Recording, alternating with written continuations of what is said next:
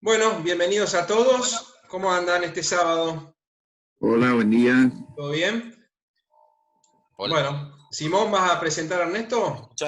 Bueno, hola a todos. Hoy tenemos el gusto que nos acompañe el ingeniero Ernesto Mazzola de Córdoba Fly Shop.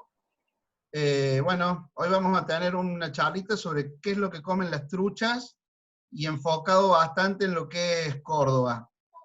Así que, bueno, los dejo con Ernesto. Bueno, Simón, gracias. Simplemente para arrancar, les quiero comentar lo siguiente. En esto, yo si bien soy ingeniero agrónomo y tuve que estudiar entomología en la facultad por la cuestión de cultivos, no soy un especialista, no soy biólogo, ¿no? Y que toda esta charla la refiero en función de las observaciones que vengo haciendo de tantos años que ando caminando al lado de los ríos. Así que es toda una cuestión empírica, ¿no? Y como les digo, en base a la observación. Tampoco quiero agobiarlos con una cuestión de entomología profunda ni muy científica, sino que es un poquito de la idea de ir acomodándonos y ponerlo de acuerdo a lo que necesita el pescador con mosca, por qué, digamos, hablamos un poco de entomología.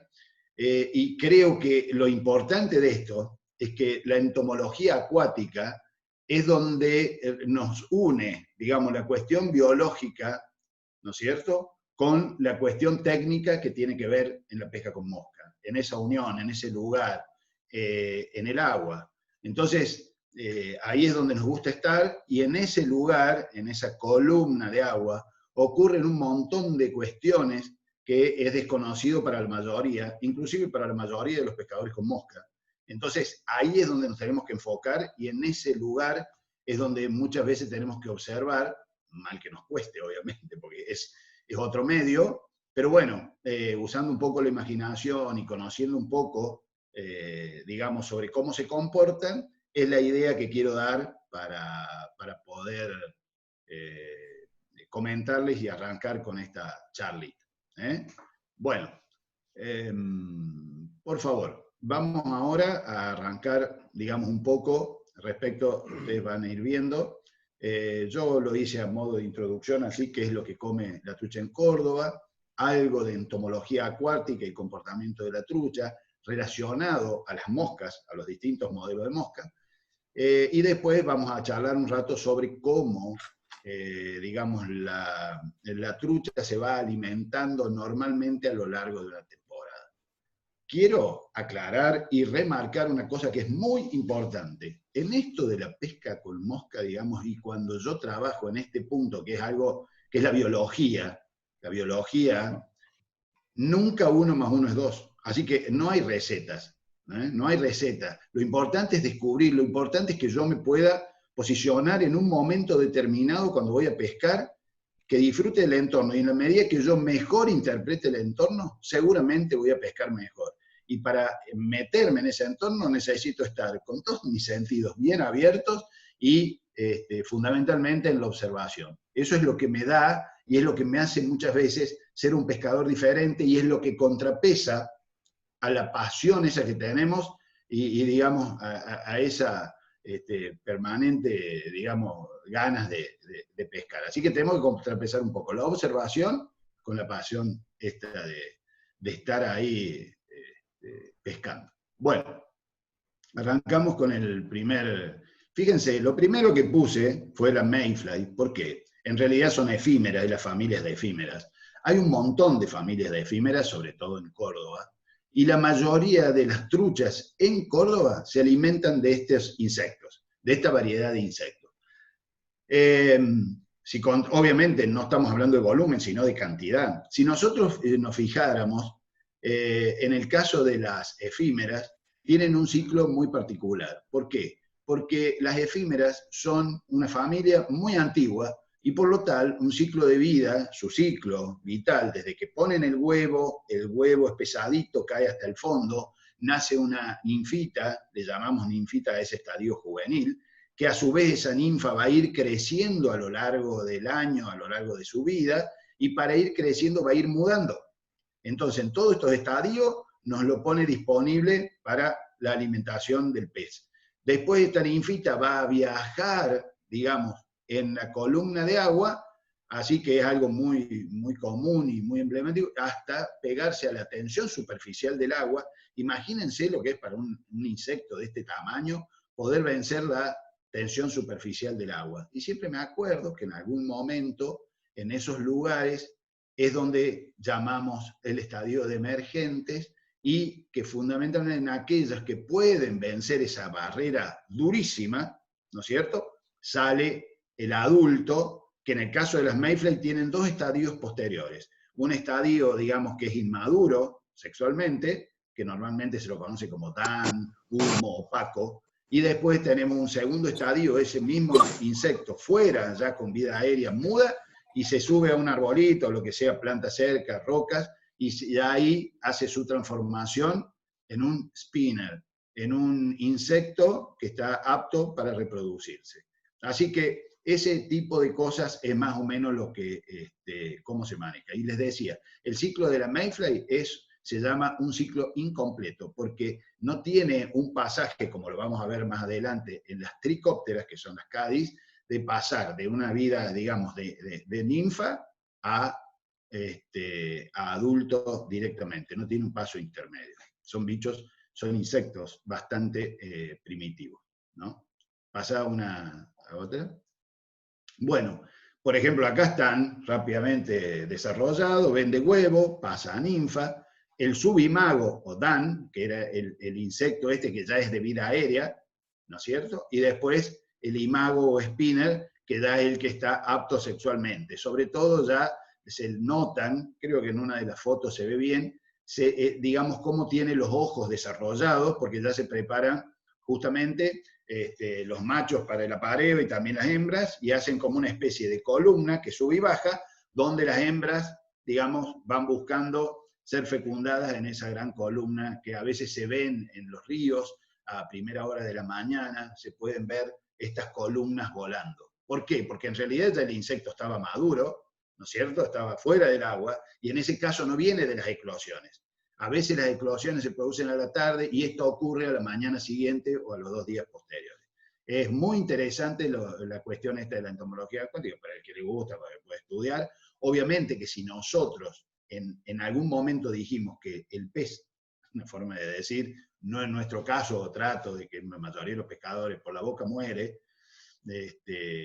hagamos, digamos, practiquemos la captura y evolución, pero el dicho popular de que el pez por la boca muere, efectivamente, digamos, en esto de estar ahí comiendo, ¿no es cierto?, nos permite en esos horarios poder engañar.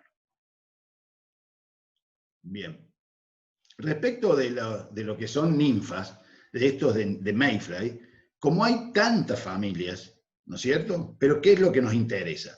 Hay familias de ninfas que son nadadoras, hay unas familias de ninfas que son barreras, o sea, que hacen cueva debajo en el barro, hay otras ninfas que son muy chiquitas y que tienen ganchitos que les permiten sujetarse muy fuerte a las piedras y que normalmente son las ninfas más pequeñitas, ¿no es cierto? Entonces, en este conjunto, ¿qué es lo que nos interesa a nosotros? Más que saber científicamente el nombre de cada uno de estos insectos, lo que nos interesa es saber qué es lo que predomina. Por ejemplo, seguramente cuando son aguas lentas, quietas, borde de lagos y todo eso, vamos a encontrar en su mayoría las ninfas que llamamos nadadoras, que tienen esta capacidad de desplazamiento y que casi no necesitan absolutamente de la correntada para moverse.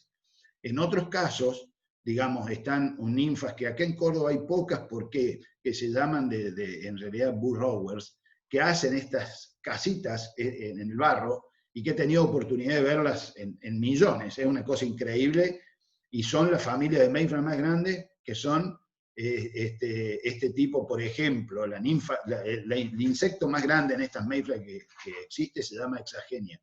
La Hexagenia limbata, que es una mayfly gigantesca y que en algunos videos está. pero en Córdoba, por no tener fondos barrosos, no tenemos demasiada presencia de esta cosa, sino que tenemos piedra. Y bueno, ya voy a hacer una alocución respecto de cómo son estas ninfas y qué es lo que encontramos a lo largo de la temporada y por qué en algún momento predomina una y por qué en otro momento, digamos, predomina otra. Y entonces estas ninfas van a dar lugar a eclosiones según su tamaño de unas mayfly de un tamaño determinado. Entonces, seguramente a principio de temporada vamos a encontrar mayfly que son un poquito más grandes, que tienen que ver con esta familia de ninfas nadadoras, y a final de temporada vamos a encontrar, digamos, eclosiones de estas insectos muy pequeños, ¿no es cierto?, que son producto de estas ninfas que se pueden bancar las correntadas y las crecientes que pasaron a lo largo de la temporada. ¿Pasa la otra? Bien, por ejemplo, bueno, ahí tenemos un adulto. Esa es la figura emblemática prácticamente del pescador con mosca. Bueno, recuerdo una tapa de una revista donde figuraba un adulto. Es una figura muy, muy típica, el adulto de mayfly, que es utilizado en gran cantidad de logos y de cartas. Pasa la otra. Bueno, esto ya hablando de estadios en general, esto es lo que es un spinner. Pero ¿qué pasa? Una vez que dijimos el spinner es un mayfly madura, una vez que se aparean, entonces la hembra llega al río, se vuelve a posar en el río y deposita los huevos. Pero ya está extenuada, entonces por lo general, en esos casos, digamos, una vez que ovipositó o puso los huevos, digamos, ya se entrega, se muere o está exhausta, y entonces ya pliega las alas sobre los costados, como pueden ver en esta diapositiva, y se vuelve un spinner. Y están los famosos spinner, y muchas veces, cuando hubo a la mañana, digamos, el apareo, a la tarde tenemos que tener en cuenta que vamos a tener este tipo de insectos flotando por cantidad en el agua. Entonces, en esto tenemos que tener en cuenta y a veces la observación. Porque, ¿qué pasa? Cuando yo veo el rice, llamamos a la subida de la trucha, muchas veces yo lo veo, pero no puedo particularizar ni saber de qué se trata. Entonces, la observación o el filtrado del agua, o viendo en qué lugar del pozo come una trucha, digo del pozo, de una corredera, puedo presumir qué es lo que está comiendo. Sigamos a la próxima. Bueno, acá también, una vez más, puse, digamos, fíjense, a la derecha está las burrower, estas que decíamos que son las cavadoras, esa. Al lado están las nadadoras, que tienen, digamos, un abdomen más largo que el tórax. Después están las clinger, que son las, digamos, que tienen las uñas, y las crawler, que también son las trepadoras. Estas dos de la izquierda normalmente son familias de mayfly muy pequeñas. Si queremos hablar de un trico o de un caenis, estos son, digamos, familia, o inclusive un BWO, que le llaman los americanos, que se llama Blue Winged Olive, y que se refiere a este tipo de insecto. Pasado. Bueno, para hablar de relacionar las moscas con estos insectos, hay para escribir libros y libros, y creo que lo importante en esto es que cada uno tenga, digamos, esa posibilidad de observar y ubicarse. Y bueno, y si ata moscas, la imaginación no tiene límite. Y bueno, puse algunas también moscas emblemáticas, una Here's Here, una oreja de liebre, una Adams, puede ser común, en este caso una Parachute, una Fish and Tail, moscas que normalmente pueden andar muy bien en Córdoba, y hay muchísimas, hablar de una Cooper John, o en fin, o hablar de, a veces uno en realidad nunca termina de saber por qué insecto la toma o le parece al pez. Lo importante es engañarlo. Pasar a otro. Esto los puse aparte. ¿Por qué? Porque, bueno, es un gusto personal. A mí particularmente, ¿por qué es un gusto personal? Porque fue algo que es lo que yo desafío a todos los pescadores con mosca, que hagan su investigación, ¿no? Entonces, hace muchos años, tuve la oportunidad de, primero en inglés, más o menos, y después lo había traducido un amigo al castellano, a ver el libro Emerger de Swisher y Richard.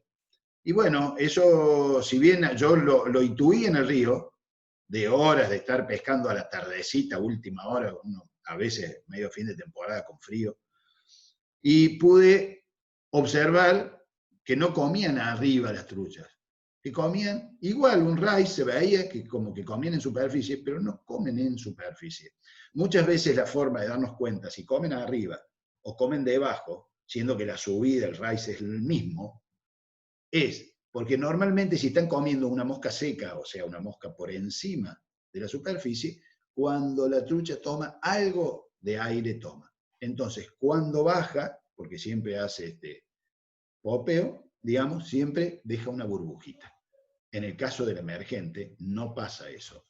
¿Y cuál es la particularidad? Que tengo que también darme cuenta y saber en qué momento, porque imagínense como en esto es muy importante, el momento, digamos, de paso, imagínense, de esta ninfa que venía con una respiración,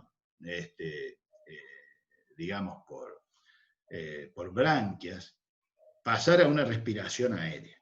Cuando ese proceso se desencadena, no hay vuelta atrás.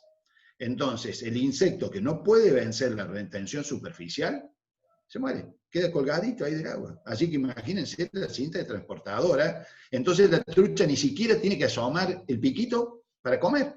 Entonces come justo debajo de la superficie donde vienen colgados todos estos insectos. ¿Y dónde se ve digamos, magnificado este efecto?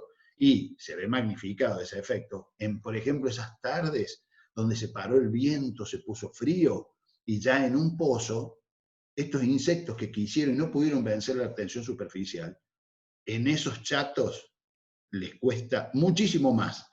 Porque fíjense, si ustedes ven cuando eclosionan los insectos, van a ver que salen a la superficie a continuación de una corredera, porque en una corredera o un día de viento está más fácil de romper la tensión superficial.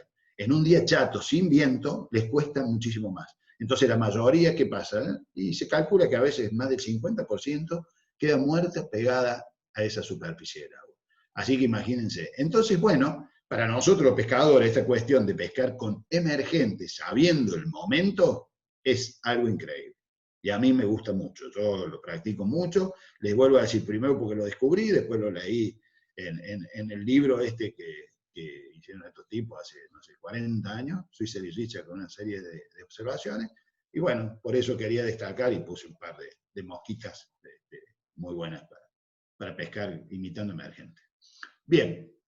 Otra de las que nos atrae mucho también, y que es algo muy particular, son estos otros insectos que son las tricópteras, que son las Cádiz. En este caso ya el ciclo es completo. Es un insecto mucho más evolucionado que las efímeras. ¿Por qué? Porque estas tienen la particularidad, en algún momento, imagínense, es como una mariposa, es una mariposa, que su larva vive debajo del agua. Y cada familia tiene algo distinto o determinado. Cada familia tiene algo determinado. Entonces ustedes, si se fijan, van a ver que puede haber gusanos de vida libre, de estas Cádiz. Hay otras que hacen una telita de araña y se meten ahí abajo y roen lo que filtra esa tela. Y hay otras que hacen una casita, que van arrastrando toda su vida. Hay algunas familias que hacen casitas con piedras, otras hacen casitas con ramitas, con palitos, como si fuera un bicho canasto, pero debajo del agua. Hay otros que la hacen, he visto, por ejemplo, unas que hacen con mica, que si ustedes no lo miran bien, es un tubo perfecto. Y una de las que más me llamó la atención alguna vez, es una que es un cono. Si ustedes las miran, les aseguro que yo les digo es un caracol, la van a mirar un rato largo y me van a decir, sí, es un caracol. No, es un pequeño cono de estas Cádiz que van pegados hacia las paredes, y uno lo va viendo, y entonces las he visto a las truchas que van como tratando de roer la piedra, y en realidad van despegando estas cádiz. Obviamente que cuando comen en ese estadio de larvas con la casita y todo, bueno, comen, digieren el insecto y después eliminan las piedritas, o los palitos, o lo que sea. Y de esto, sobre todo en Patagonia, hay cádiz grandes. Hay cádiz grandes, yo he tenido la oportunidad de ver cádiz más o menos del tamaño de mi dedo pequeño, o sea, estamos hablando de algo que da lugar a una mariposa muy, muy grande después. ¿Qué pasa? Entonces, como les decía, en este caso, este tipo de insectos hace una pequeña casa, después se mete dentro de la casa y hace un estadio de maduración, que es la famosa pupa. Digamos, en realidad hace, digamos, como si fuera una crisálida, imagínense una mariposa que se está formando dentro de este tubo, y después sí ya sale, en algunos casos, una mariposa que sale volando, por decirlo de alguna manera, en realidad va remando con sus patas, tiene antenas largas, y que sale rápidamente hacia la superficie, y esta velocidad le permite vencer la retención superficial y salir rápidamente. En esos casos, como este insecto se mueve diferente, cuando tenemos la oportunidad de ver a alguna de estas familias de cádiz, porque muchas, ojo, suben a veces por las piedras, no las vemos emerger como si fueran las mayfly, pero si tenemos la oportunidad de ver en alguna familia de estas que salen, que hay un estadio, digamos, chiquito de larva, después de pupa, y después finalmente la vemos en la superficie, cuando son como muy nerviosas, muy movedizas, muy eléctricas, y entonces las truchas se pelean bastante, digamos, tienen una actitud devoradora, cazadora, es muy, muy interesante. ¿Cómo hacía yo? Y bueno, un día llegué a un río, vi que había una eclosión de cádiz de esta característica.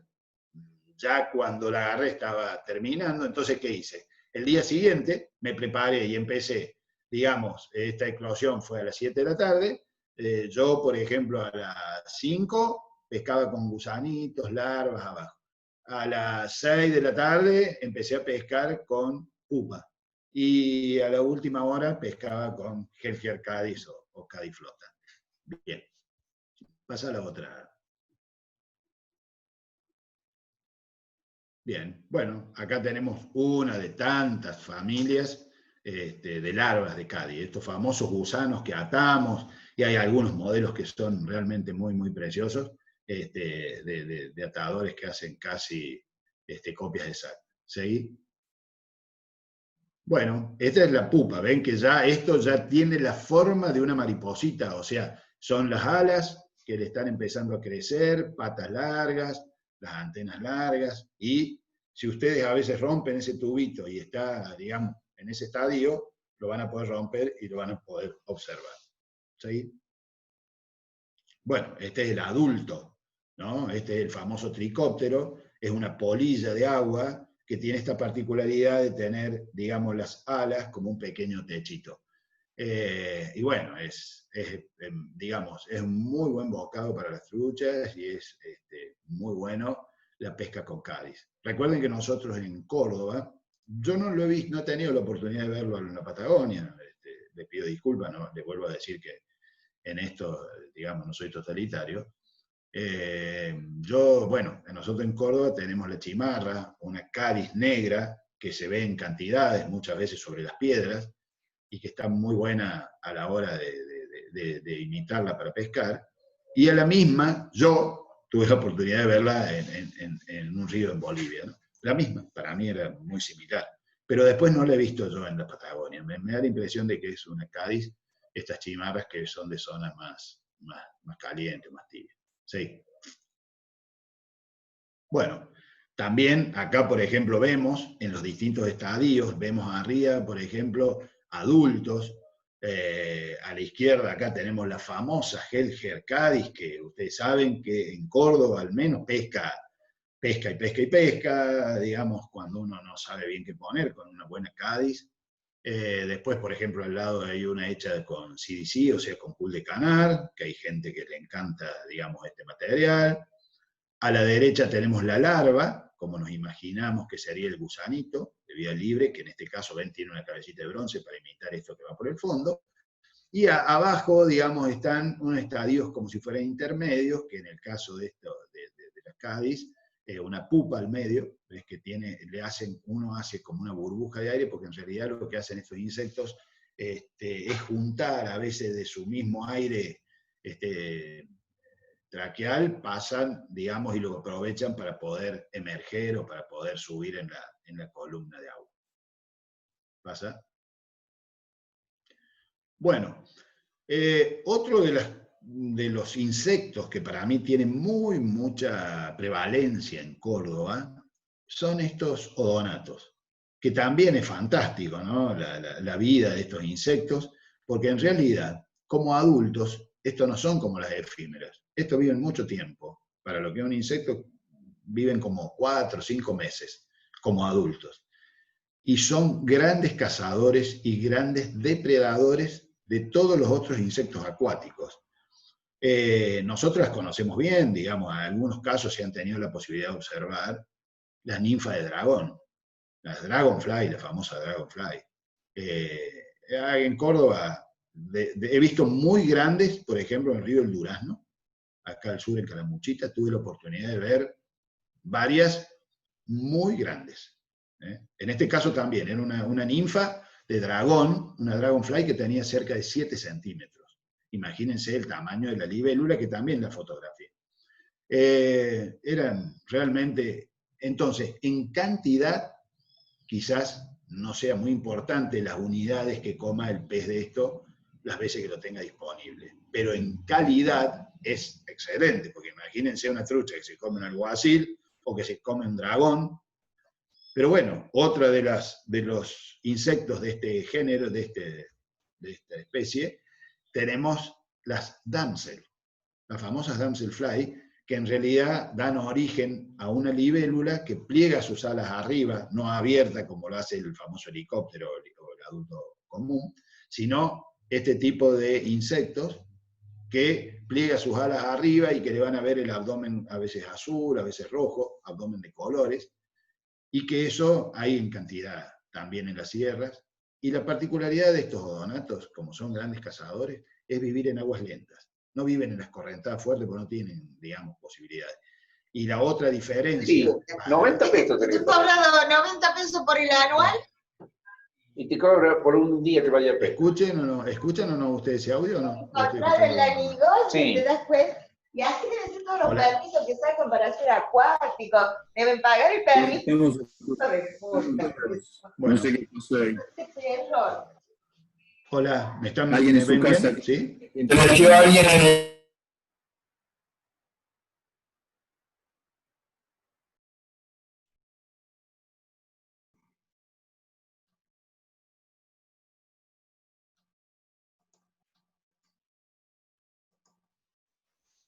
Hola, hola. ¿Me Ahí te escuchan? escuchamos bien, Ernesto. Bien, bueno. Entonces, digamos, con este tema de los odonatos, les quería comentar que a la hora de atarlo, de hacer las imitaciones, tengo que tener en cuenta lo siguiente.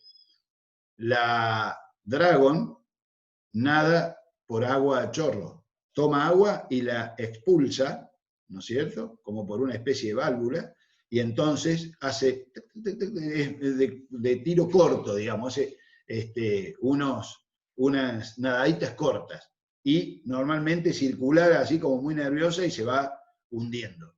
Mientras que la damsel se comporta casi como si fuera un pececito, tiene 3 lamelas que le sirven de branquia, en realidad son branquias en la punta de la cola, y tienen un abdomen largo, y entonces eso le permite nadar y hacer como si fuera un pececito.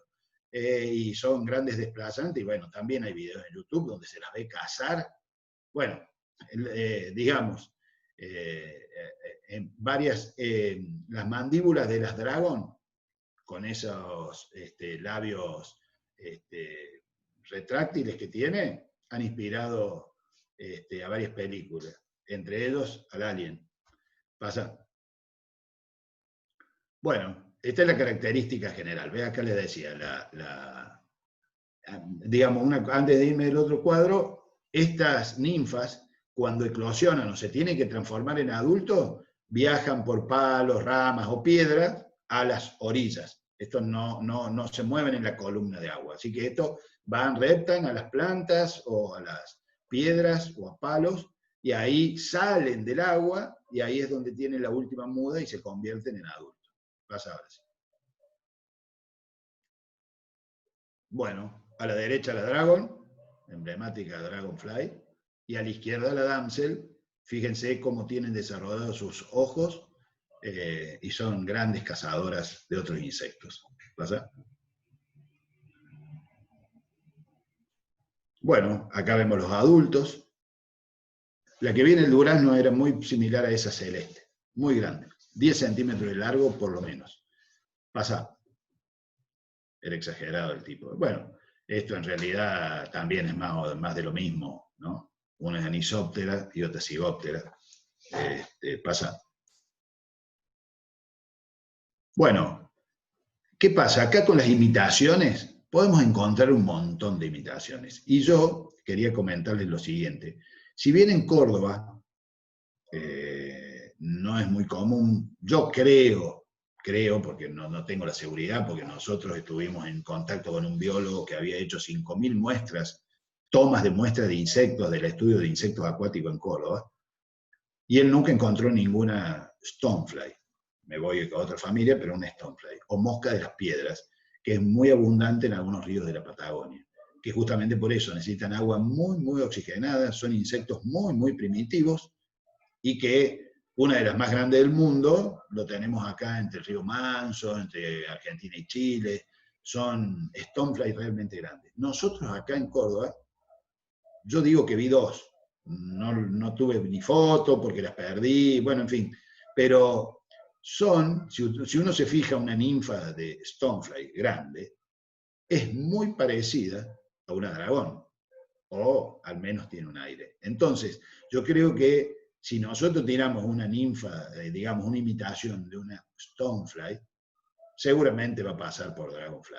Y la forma de imitarlo, tanto a los adultos como a los, digamos, las ninfas, por ejemplo, una Kaufman Stone, o a lo mejor, inclusive una Prince. Vieron que la Prince tiene las 2 colitas de Biot.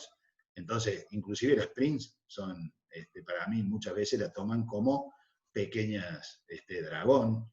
Y después, como adulta, podemos hablar de Chernobyl, podemos hablar de cualquier imitación de libélula que se haga, ¿no? O sea, pero en realidad yo acá puse, digamos, imitación de stonefly que podrían perfectamente servir como una imitación de odonatos, o dragón o damsel.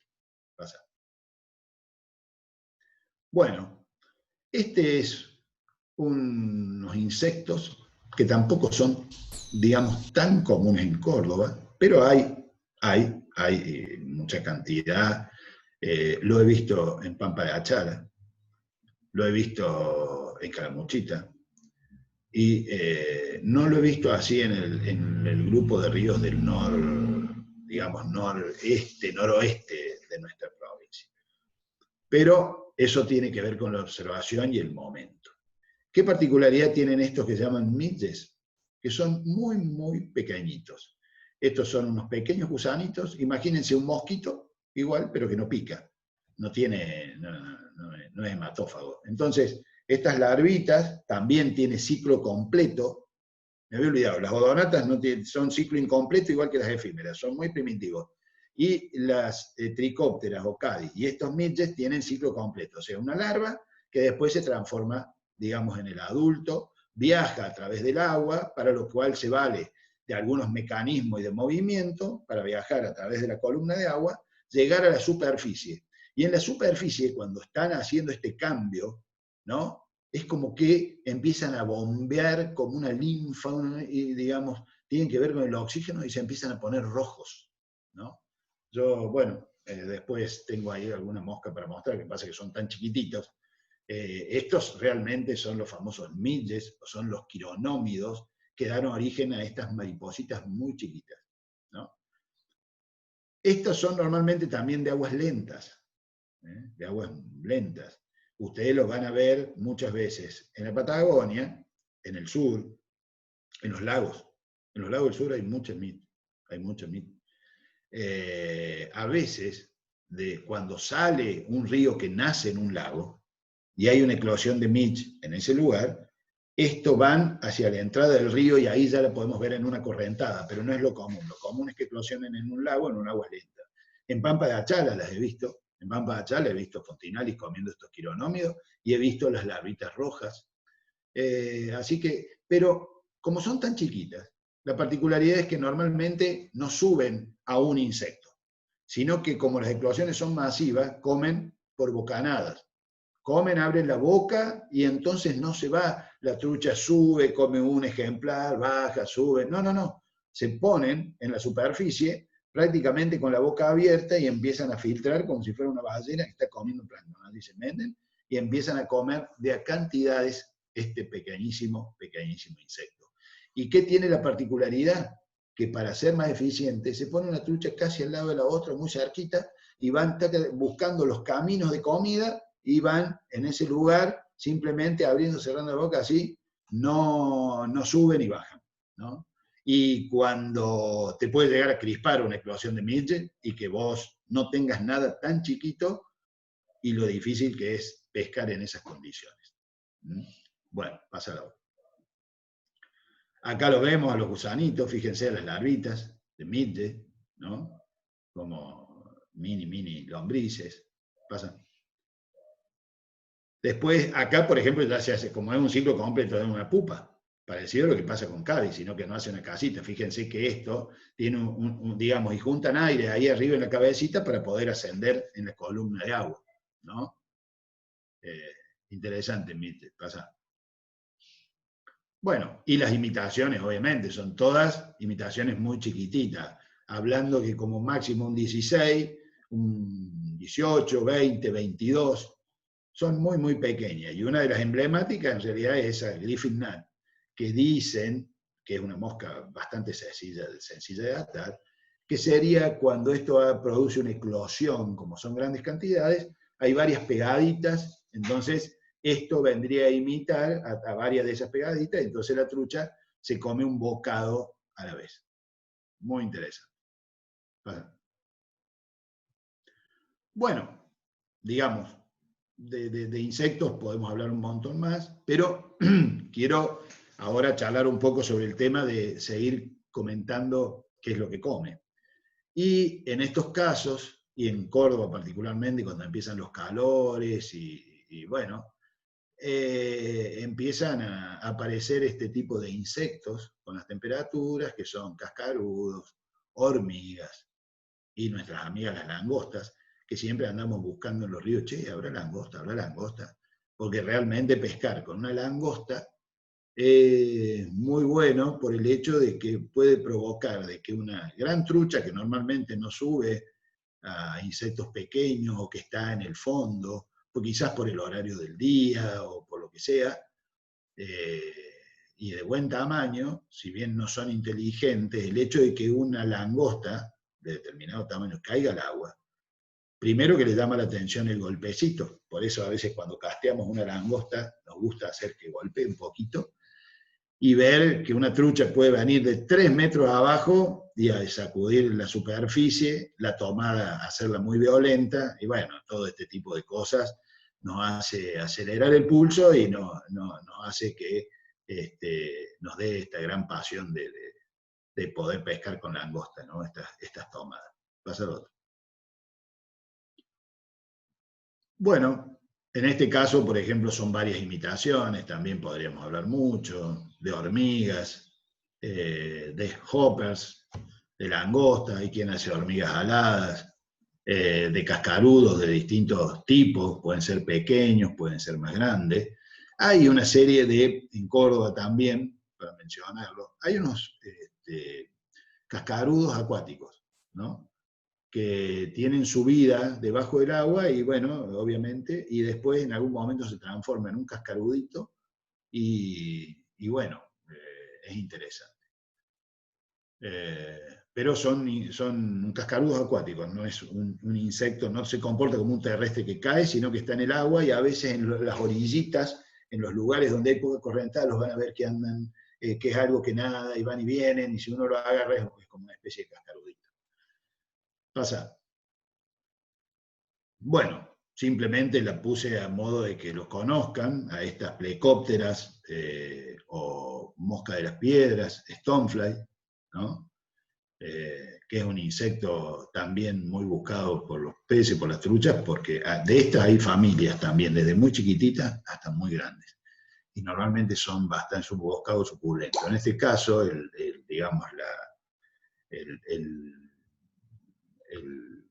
digamos, cuando se produce una eclosión de estas stonefly, los adultos son muy pobres nadadores, muy pobres, digamos, y voladores también, así que están siempre a merced de las truchas.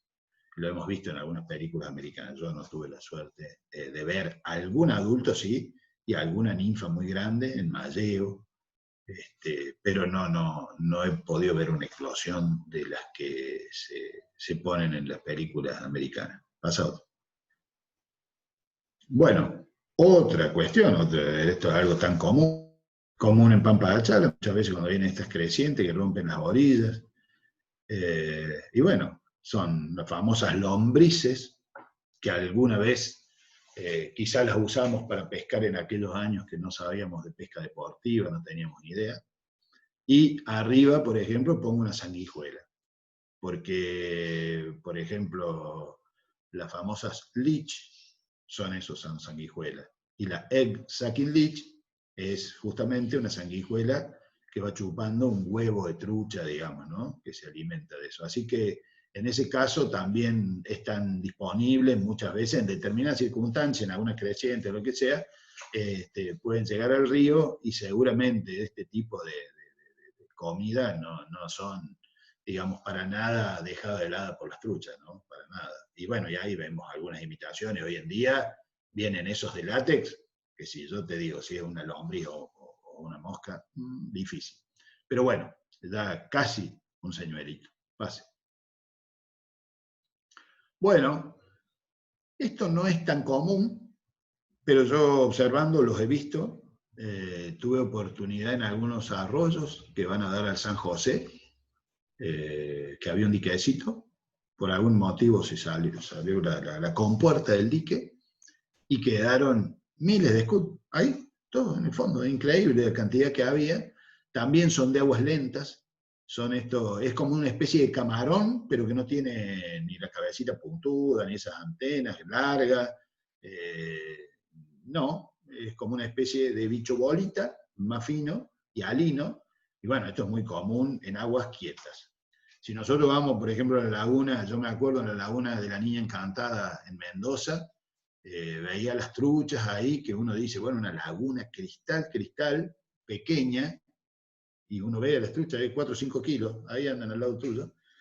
Y bueno, y había muy poquitas plantas en el fondo. Y yo digo, ¿qué comerán estos peces? Porque la verdad, el agua tan fría, digamos, rodeado de piedra. Y bueno, veía que cada tanto iban contra las orillas a estas plantas, movían la cola, hacían una pasada rasante y después abrían la boca, se veía la boca blanca y iban comiendo como un Pac-Man. Y en realidad lo que comen es esto. En los esteros del Rivadavia, en la Patagonia, también pasa exactamente lo mismo, la pesca con scud es suprema. Y nosotros también, en algunos ríos, que ahora cada vez más hay vegetación acuática, debido un poco a la gran cantidad de materia orgánica que tienen, vemos que hay poblaciones de scud. Así que no es para desdeñar de hacer una especie de esta imitación. Pasa, Simón. Bueno, antes de irme a esto, quería comentarles lo siguiente. Me olvidé, digamos, en el trabajo, de una de las cosas que creo que es muy importante y que son las chinches acuáticas.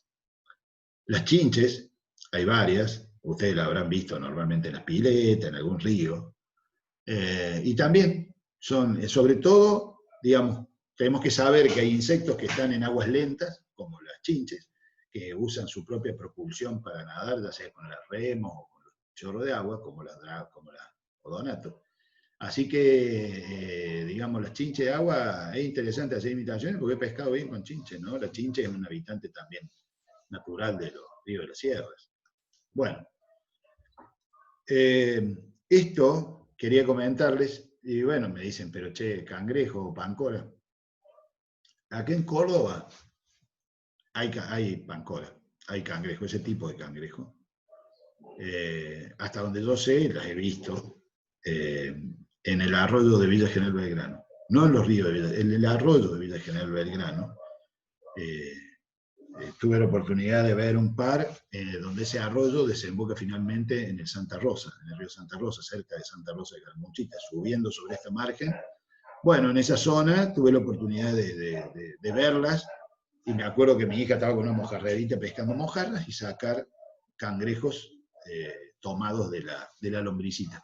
Así que hay pancoras. Pero bueno, por algún motivo, no sé si esas pancoras fueron traídas, o fueron impuestas alguna vez ahí, o si siempre fueron naturales. La verdad, no lo sé. Pero bueno, a la derecha tenemos la Woolly Bagger, que no hay pescador con mosca que no la haya usado, una mosca emblemática para todos. Nosotros en la Patagonia, si uno no sabe qué poner o quiere arrancar con algo, tira una Woolly Bagger. Yo no sé si la toma por una Dance, por una Dragón, por una Levino, por una Pancora. Bueno, a veces hoy en día le ponemos más naranja, verde, una tapa, unas patas de goma, entonces le hacemos más parecido a un cangrejo. Así que bueno, puede ser. Pero si hay mosca emblemática, es la Woolly Bagger en todos sus tamaños, obviamente, para usar en cualquier lugar del mundo, creo. Pase. Bueno, otros alimentos que podemos encontrar, digamos a lo mejor casualmente. Yo nunca vi, la verdad, he visto nidos en Córdoba de truchas, me refiero. Pero claro, yo creo que por las condiciones en la Patagonia, nidadas de truchas que suben por miles a determinados sectores del río, bueno, la presencia de huevos hace que, digamos, estén disponibles, como hoy pasa en muchos ambientes del sur con el tema de los salmones. Imagínense un salmón de esos de 25 kilos poniendo 1 kilo de huevo, o 2, y entonces imagínense de esos los que quedan dando vuelta por el agua. Y normalmente el huevo, en la naturaleza hay pocas cosas que tengan tanta proteína como un huevo. Así que si hay un huevo, lo buscan y lo van a comer, lo que sea. Los animales, digamos, bueno, en este caso nos interesa la trucha. De ahí que vienen normalmente famosas en Alaska, cuando van a pescar salmones, hay gente que le gusta pescar las arcoíris que vienen detrás de los salmones comiéndole los huevos, que son las famosas leopardo de Alaska o Alaskan Leopard, que tienen la particularidad de ser muy pintadas, muy gordas, muy peleadoras, porque imagínense, vienen comiendo huevo, es una cosa, se hacen unos chanchos. Y otra cosa que tampoco es muy común, sí lo relacionamos siempre a la pesca del dorado o de la tararira, que son los ratones, ¿no? O las lauchas. Que bueno, sí, obviamente que se los comen las truchas, y si lo ponemos disponible, bueno, a lo mejor podemos hacer un ratoncito más pequeño y ponerlo a prueba. Yo calculo que en una de esas se puede pescar también con esas imitaciones. ¿Pasa? Bueno, acá hay varias moscas, ¿no es cierto?, que quise poner así, que quería comentar, que son los famosos streamers. ¿Qué son? Stream es corriente, son imitación de pececitos, que lo podemos hacer de variados tipos. Algunos con pelo de conejo, otros con plumas puestas arriba tipo matuca, otro, puse la Woolly Bagger porque a lo mejor la toman como una Levino, Sonker o una Closer Minnow que buscan seguir a la profundidad. En fin, hay una serie de moscas que imitan a levinos y que, bueno, no es tan común por el tamaño de los ambientes. A veces, a principio de temporada, me gusta pescar con algunas matucas pequeñas. Me parece que yo tenía una acá. No sé si se va a alcanzar a ver, pero es muy chiquita. Pero bueno, está atada en un anzuelo número 12 de patita larga, o a veces 14 de patita larga. Y pesco porque me imagino que cuando arrancó la temporada, si más o menos el desove fue alrededor de julio, agosto, ya en 2 o 3 meses puede haber alevinos presentes en las correntadas. Y si bien yo tengo una teoría particular de que la costumbre de la alimentación, sobre todo en las truchas arcoíris, hace a sus hábitos, y que normalmente no es de comer las mojarras en los ríos, cuando estos alevinitos muy chiquitos entran en la correntada y de manera, digamos, rápida, y a una trucha le llama la atención y seguramente va a subir a tomarla. Es como un gatillo, ¿no? Entonces a veces me gusta pescar a principio de temporada cuando puedo ver que hay algo de alevino en los ríos, haciendo un drift, o digamos lo que se llama un swing, aguas abajo, en vez de corregir aguas arriba para darle tiempo que la mosca hunda, hago aguas abajo, me freno con la caña y simplemente dejo de que haga este swing la mosca. La tiro sobre el frente, dejo que hunda un poquito, y cuando esta mosca cruza el río o la correntada, salen de abajo como unas balas las truchas a tomarla. Muchas veces le erran, obviamente, según la velocidad del swing, pero bueno, eso es como que les despierta ese instinto cazador, ¿no? Bueno. Pasa la otra, Simón.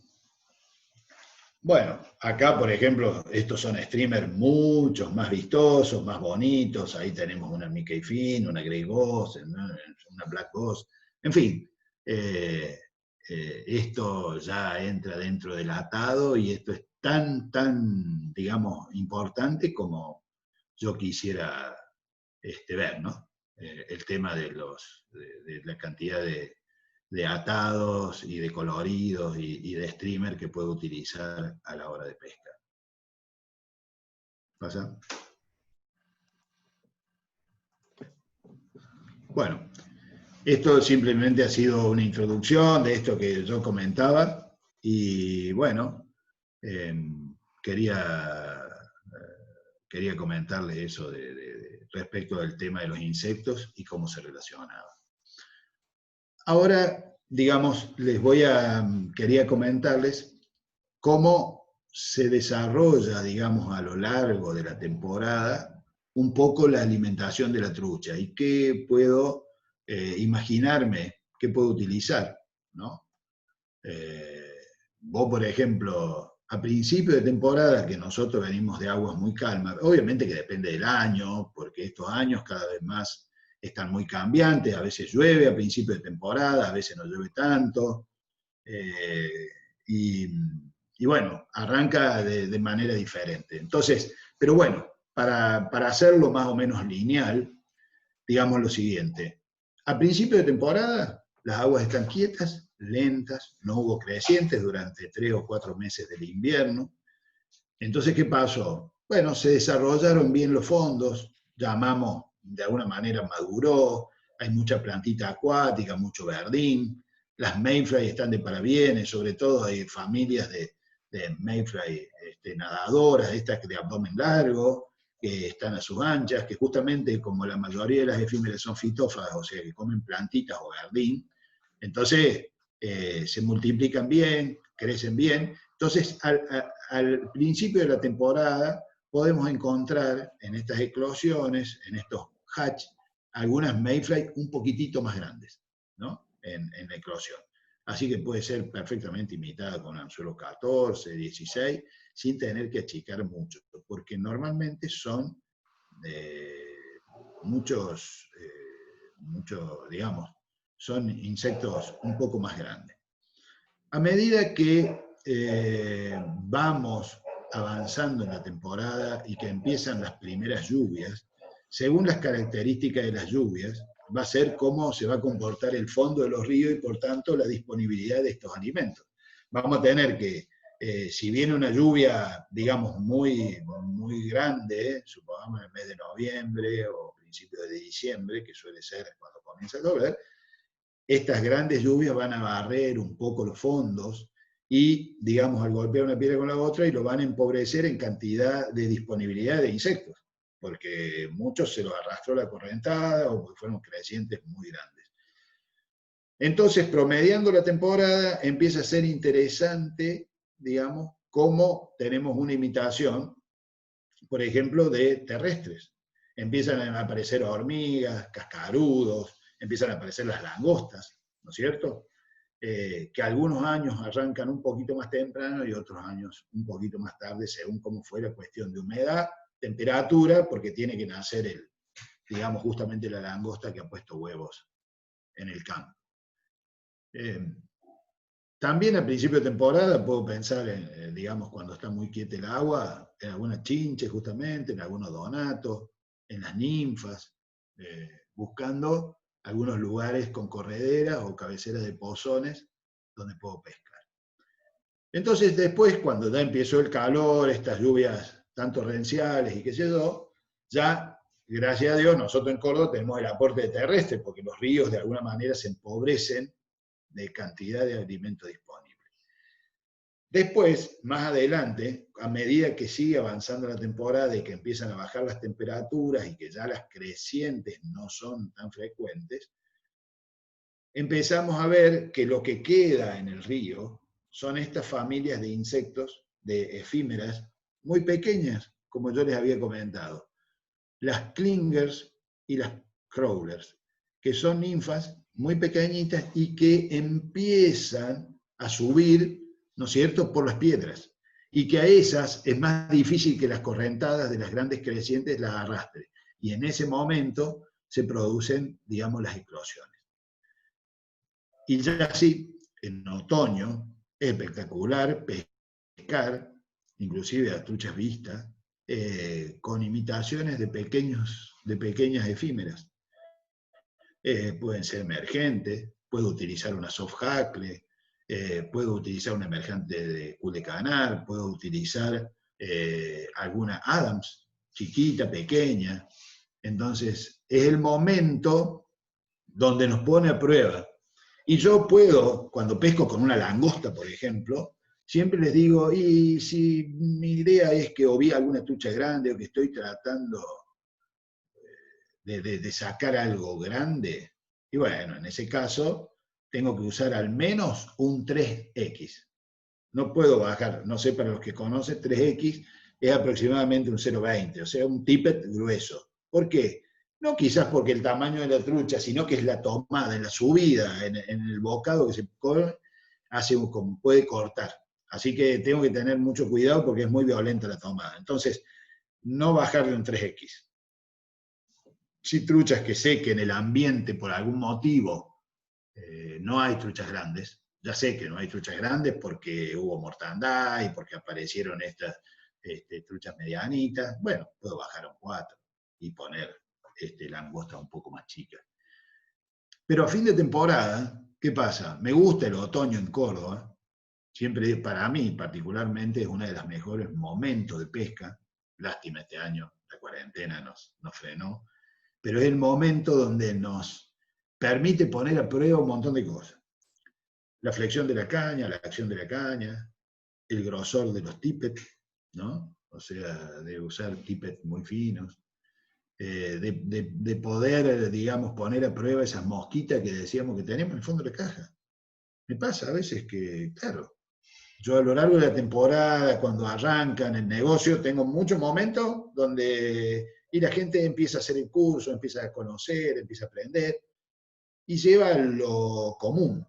Pero a fin de temporada, esas moscas que quedaron ahí, que eran muy chiquitas y que viene gente y dice, che, chiquitita, pero pescamos jarrita, ¿qué pesca con él? No, muchachos, es a la hora de ponerlas a prueba. Tippets bien finos, si tengo que tener una caña flexible, porque si no seguramente los voy a cortar. ¿Por qué? Porque con estas eclosiones puedo hacer que suba una trucha muy importante a un insecto muy pequeño. Si yo ato una mosca muy pequeñita en la punta de mi tippet, no puedo, digamos, atarla a una tanza gruesa, porque, digamos, despreciaría la imitación.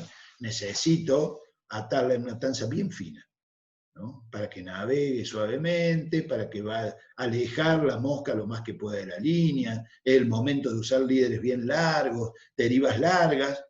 ¿Por qué? Porque hay poca corriente, porque las aguas están cristalinas y el agua está fría. Entonces, como las truchas se mueven con el metabolismo, a medida que el agua está más fría, y está más tranqui. A medida que la temperatura sube, ¿no es cierto?, el agua se empieza a empobrecer, digamos, de oxígeno, y ahí, digamos, la trucha, la trucha va a comer, a medida que aumenta la temperatura, aumenta su metabolismo, hasta un punto que la limitante es el oxígeno. O sea, si yo pudiera oxigenar artificialmente el agua, podría criar trucha en agua tibia. Pero como en la naturaleza eso no ocurre, necesito que esté por debajo de 18 grados normalmente. Entonces decía, fin de temporada, aguas frías, cristalinas, grandes deribes, líderes bien largos, truchas comiendo estos insectos muy, muy pequeñitos, y a veces, como es lo que hay disponible, porque ya no hay terrestre para esas truchas grandes ni nada, es lo que comen. Entonces puedo tener la gran suerte de una trucha de 1 kilo, agarrarla a un 5, un 6 o un 7X. Entonces, obviamente, si yo no tengo una caña flexible, yo les aconsejo no bajar demasiado el tippet, porque si no, es para dejarle la mosca en la boca al pez. Bueno, esto es más o menos lo que, digamos, se da un poco así en general durante la temporada. Estas temperaturas y todo esto cada vez van cambiando y bueno, nos van sometiendo un poco a cambios. Ah, sí, me acuerdo que mandaste un mensaje diciendo que hijo de puta, que ella invierte en sus clientes. Hola. Hola, Ernesto. Se cuelan algunos audios por ahí, no sé qué. Sí, a Juancito Álvarez, ya después lo vamos a retar. Bueno. La verdad que ha estado impecable la charla, Ernesto. Bueno. Ha estado muy linda, creo que ha sido muy fructífera. Y le vamos a dar el paso para que la gente empiece a preguntar las dudas que pueden haber quedado, que se pueden haber armado de lo que se ha hablado. No sé si alguno de los chicos tiene alguna pregunta, alguna duda, si la quiere hacer por el chat o por el micrófono. A ver, aprovecho y hago una pregunta. Yo nunca fui a pescar truchas a Córdoba, siempre voy a la Patagonia. Y me gustaría ir porque queda cerca, soy de provincia de Buenos Aires. Y allá, digamos, el acceso a los ríos es libre, hay que, aparte del permiso de pesca, hay que pedir permiso a dueños de campo, o yo voy con mi coche, me paro al costado de un río, me meto y pesco.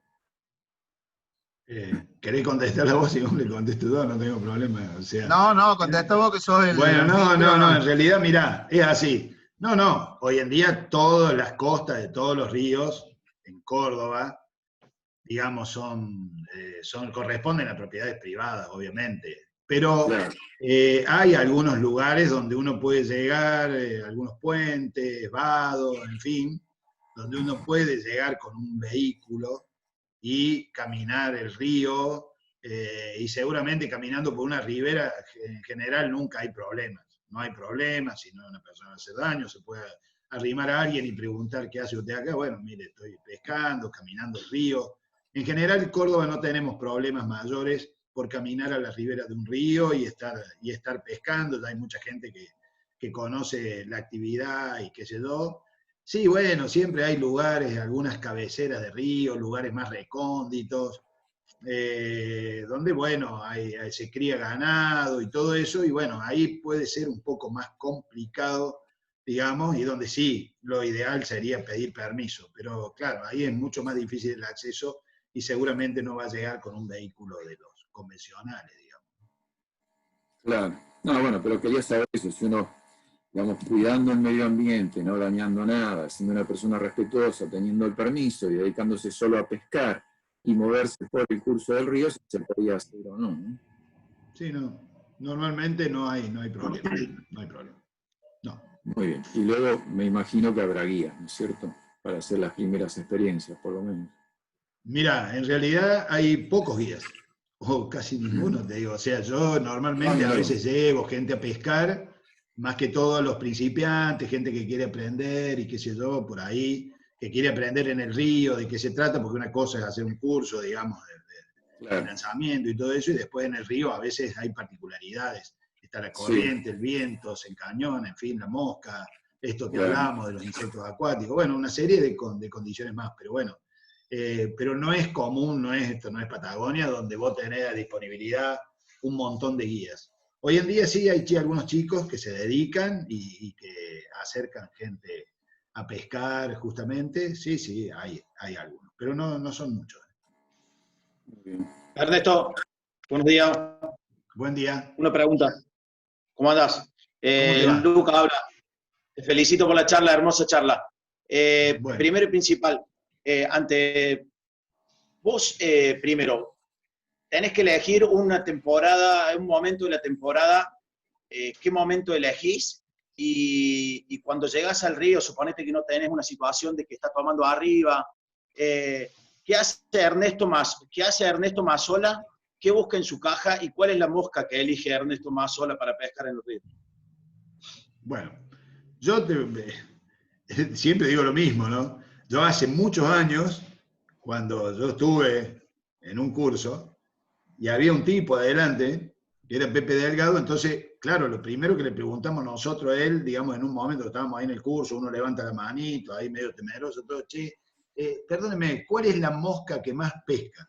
Entonces ellos, el gallego, que era bastante bruto, me dice, no, yo no les pienso decir con qué pesco ni nada, tienen que averiguarlo ustedes.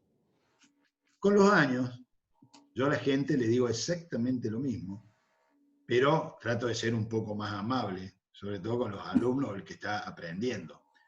Sí hay moscas que normalmente son emblemáticas para Córdoba, una Prince, una oreja de liebre, una damsel, qué sé yo, una Herker Cady, una Adams. Esas no te pueden faltar en ninguna caja. Ahora, volviendo a lo que vos me decías, creo que cada momento es muy difícil en la elección de la mosca, digamos, pensar que ¿qué hace la mayoría o qué hacemos la mayoría? Ponemos la mosca que más resultados nos dio en los últimos tiempos. Y vamos a mosca, vamos a mosca, vamos. La mayoría, Prince. La mayoría es Prince. La mayoría de los pescadores que vienen al negocio. Una mosca, ¿no? O sea, pero bueno, vos me decís qué hago. Bueno, a mí me gusta, ya lo comenté, yo soy un enamorado del otoño. Este año se me cayó un lagrimón por no poder estar ahí.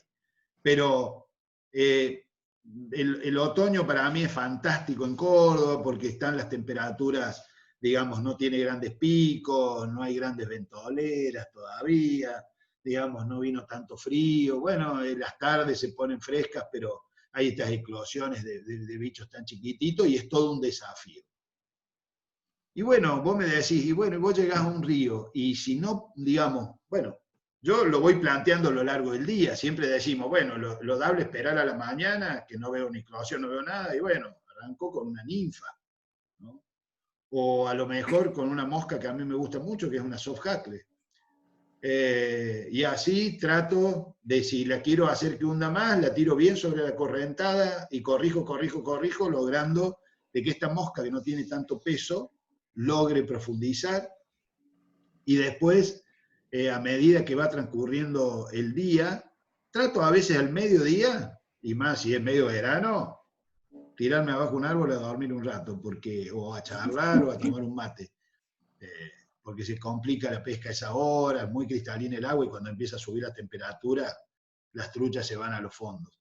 Pero yo normalmente, si vos me decís con qué pongo, y yo normalmente muchas veces empiezo con una soft hackle, casi siempre. Bien. Ahí creo que has respondido un par de preguntas que había en el chat. Ahora voy con otra pregunta que acá que hace Matías Perona. ¿Qué tamaño crees vos que tienen las Dragonfly o las Damsel? ¿Y en qué tipo, número de anzuelo consideras lo más adecuado para atar, digamos, lo más eficiente? Bueno, siempre, por ejemplo, en el caso de las damsel, los ato en anzuelo pata larga. Puede ser un 2x, 3x, 4x, en fin, un anzuelito tipo streamer pata larga para imitar este abdomen largo. Y yo normalmente puedo atar, no las ato tan chiquititas, pero más o menos de 14, 12 hasta 10. Y en el caso de las dragón ya puedo usar un anzuelo ninfero común, o sea, agarrar y hacerlo en un anzuelo de pata un poco más corta, tratando de dar un poco de volumen. Yo muchas veces cuando ato o intento una dragón, pongo pedacitos de lana o pedacitos de lastre a los costados para darle esa forma, digamos, romboidal que tiene el abdomen de la ninfa, y lo empaqueto un poco con hilo, y después con un poco de dubin y haciéndole algunas patas o patitas de goma adelante, y siempre la particularidad cuando ato las Dragon o las Damsel son los ojos, ¿no? Le hago ojos de cadena, o ojos de plástico, o ojos de tanza quemada. Bien. Acá vamos con una pregunta con Leo de Mar del Plata. Es una regla general que una trucha siempre tome lo que popula en su ambiente, o lo que abunda sería la pregunta. O si tiene una streamer en el momento de una eclosión del pez, prefiere la streamer sobre la ninfa o la pupa. Bueno, eso habría que preguntarle a la trucha a ver qué va a hacer. Pero, digamos, hay una cosa que no lo comenté, lo había apuntado acá, que viene a caso la pregunta esta, que también a mí me pasó una sola vez, que es una eclosión doble. ¿Qué es una eclosión doble? Yo lo leí a posterior de lo que a mí me pasó, que me frustré porque yo miraba al costado del río, los insectos que había, los levantaba, los miraba, y yo miraba mi mosca y era exactamente igual a lo que yo veía al borde del río. Entonces digo, una papa, pongo esto, tiro, y me comían al lado de la mosca todo el tiempo y yo no pescaba. Pero digo, volvía a mirar, y esa tarde pude pescar una que creo que se equivocó. ¿Qué pasó? Era una eclosión doble. Había dos familias diferentes de mayfly, lo que no sé por qué prefería una a esta que yo estaba viendo, que era la que veía en la orilla. A lo mejor la otra estaba eclosionando en el medio de la correntada y por eso yo no la vi, o en el sitio donde yo estaba no la vi. Bueno, eso es para tenerlo en cuenta a veces, ¿eh? Una eclosión doble es algo muy particular. Y esto que dices respecto de hacer algo diferente, mira, cuando la trucha está comiendo, digamos, en esas hachos, está golosa en esas eclosiones, no es que no vayas a pescar ninguna con una streamer, porque seguramente hay otras por debajo, por los costados, pero cuando ella está comiendo en superficie, la forma de ser más eficiente es eso, de mirar y tomar y posicionarse en ese, digamos, es más o menos forma, tamaño y color. En ese orden, digamos, ella elige, porque si no, imagínate, vienen palitos, vienen ramitas, vienen hojitas y todo el tiempo estaría comiendo cualquier cosa. Y entonces su forma de ser eficiente es eso, ¿no? De concentrarse en eso. Si por ahí quiero romper la eclosión y probar porque me volvieron loco y no pesqué con nada, y bueno, sí, tirá con una streamer. Bien. Equipo adecuado, si bien yo ya le respondí por el chat, pero para vos, ¿cuál es el equipo adecuado para pescar en Córdoba? Caña número 3, ¿de 9 pies o de 10 pies? No, yo les comento, yo uso caña, a mí me gusta la caña, yo creo que la caña en general para Córdoba, digamos, a mí me gusta la número 3. Una 4, bueno, pero ¿qué pasa? Como todos los equipos, si yo me voy a un equipo muy liviano, tengo que, para vencer cuestiones de viento, de peso de línea, de querer tirar una mosca un poquito más grande, me quedo un poquito corto. Y si me voy a una 4, muchas veces en la mayoría de los ríos que yo pesco, ríos chiquitos y pequeños, digamos, me quedo un poquito grande. Ahora, respecto del largo, mirá, yo nunca pesqué con ninfa checa, ni con, digamos, con perdigones, no tengo conocimiento sobre eso. Básicamente, ojo, lo entendí perfecto cuando estuve en Mendoza el año pasado. Entendí perfecto por qué ellos pescan de esa forma, o les gusta o lo prefieren. Pero yo no, a mí me gusta derivar, me gusta corregir, me gusta lanzar, y quizás sí, la tendencia viene a ser a estirar un poquito. Pero bueno, una 8 pies para línea 3, para mí sería lo ideal. 9 o 10, no, me parece un poquito larga para las condiciones de la mayoría de los ríos de Córdoba.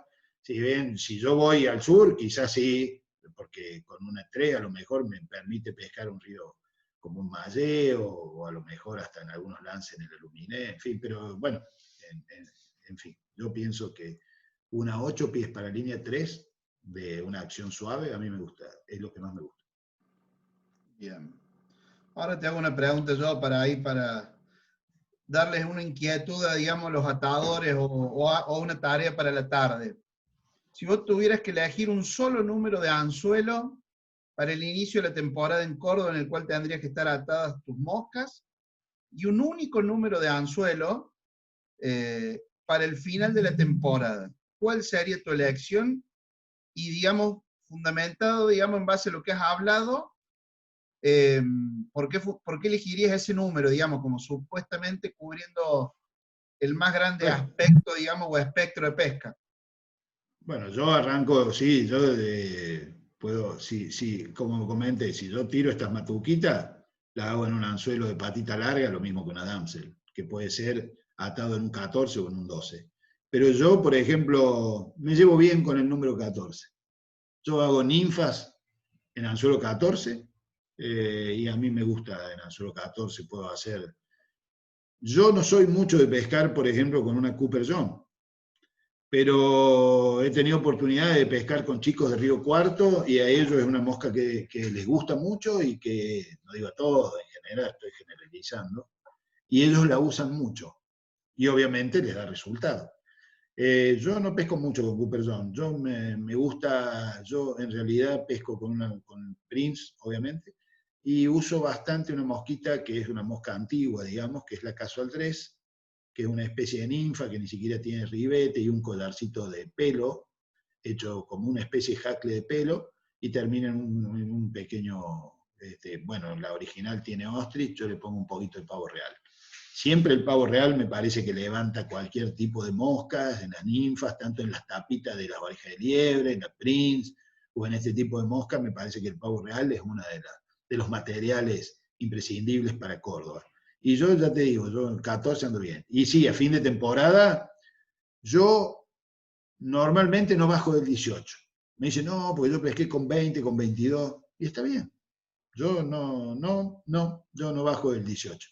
Yo, si hago, me gusta muchísimo pescar con wet, y a mí me gusta que el anzuelo sea medio pesadito, en el caso de las wet, obviamente, para no tener que lastrar ni poner peso extra.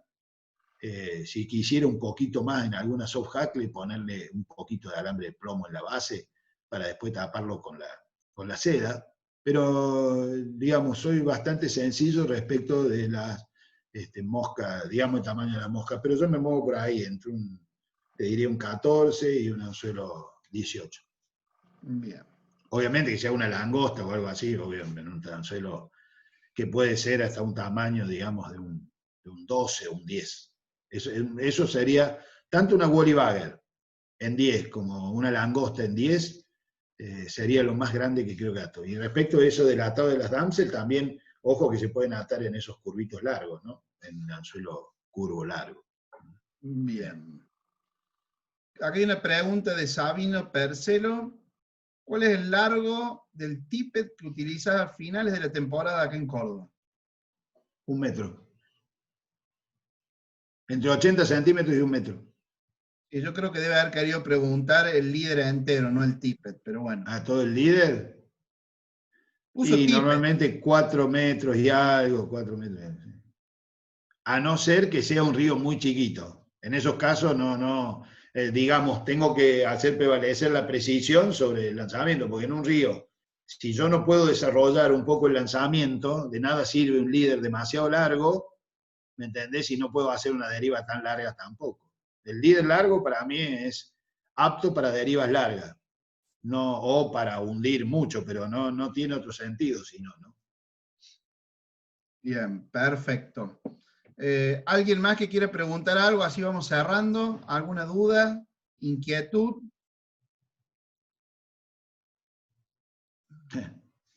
El gato pregunta la experiencia por el pejerrey. El gato dice experiencia, bueno, sí, obviamente, con el pejerrey, bueno, y todas las otras especies. Hoy en día carpa, cada vez más, tarariras, dientudo. Qué bueno pescar dientudo. Qué bestia, qué cazador el dientudo. Es una cosa que te pega un sacudón en la línea. Pero bueno, hay que esperar un poco más que caliente las aguas.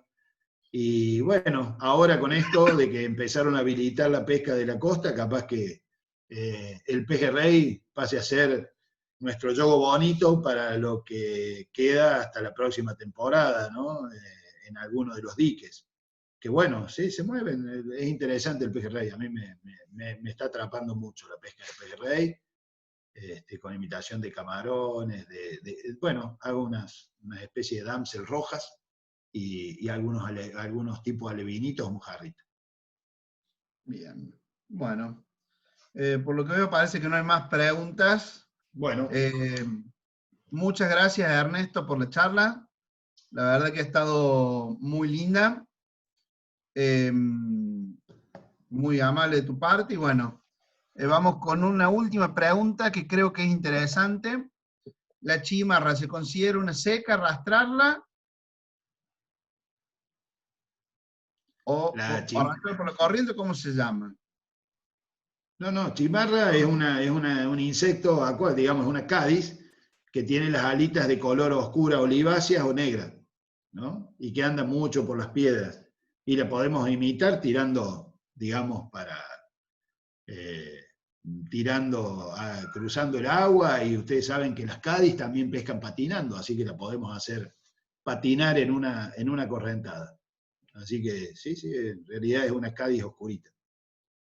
Bueno, muchas gracias, Ernesto. Te dejo que... Bueno, Simón, yo simplemente antes de dejarlos, desde ya les agradezco a todos los que participaron en esta charla y que pudieron reunirse, y comentarles rápidamente que, bueno, a raíz de esta pandemia y de esta cosa, yo no estamos por ahora en el centro, así que me vine a casa y que hago delivery y que estoy desde mi casa atendiendo todos los pedidos que hacen vía web y tratando de enviar a todo el país. Así que bueno, desde ya gracias por la invitación al Córdoba Trucha Club por esta charla, y bueno, un abrazo a todos y muchas gracias. Gracias Simón, gracias Miguel y al Córdoba Trucha Club. Saludos, gracias, espectacular la charla. Me alegro. Buen día. Chau. Muchas gracias, Ernesto, un abrazo. Chau, un abrazo a todos, che.